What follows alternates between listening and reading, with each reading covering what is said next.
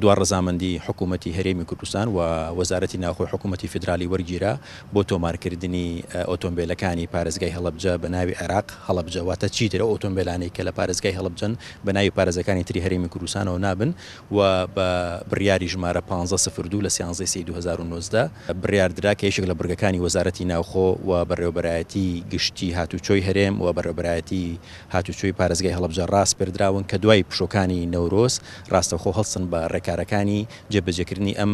بڕیارە. ئەوەی جێ خۆشحاڵیشە لە نووسراوەکەی وەزارەتی ناوخۆی عێراقی فیدرال هەڵەبجە بە پارێزگا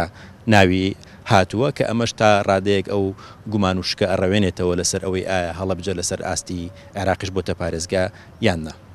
لە خۆی لە بڕیارەکەی ئەنجومەنی وەزیران باس لە چۆنێتی دابشکردنی ژمارەی تابلۆکان نەکراوە، ئەوە بەجێ هەڵراوە بۆ وەزارەتی ناوخۆ و بۆ بەڕێوەبەرایەتی گشتی پۆلیسی هاتوچۆی هەرێمی کوردستان و پارێزگای هەڵەبجەش، بەڵام بە ڕای شخصی من باشترین بژاردە ئەوەیە کە ژمارە ممەیەزەکان لە ڕێگەی زیادکردنی ئاشکراوە بفرۆشرێن و داهاتەکەشیان بخرێتە سندوقێکەوە بەکاربهێنرێتەوە بۆ پرۆژەکانی پەرەپێدان و بژانەوەی هەڵەبجەی خۆشەویست.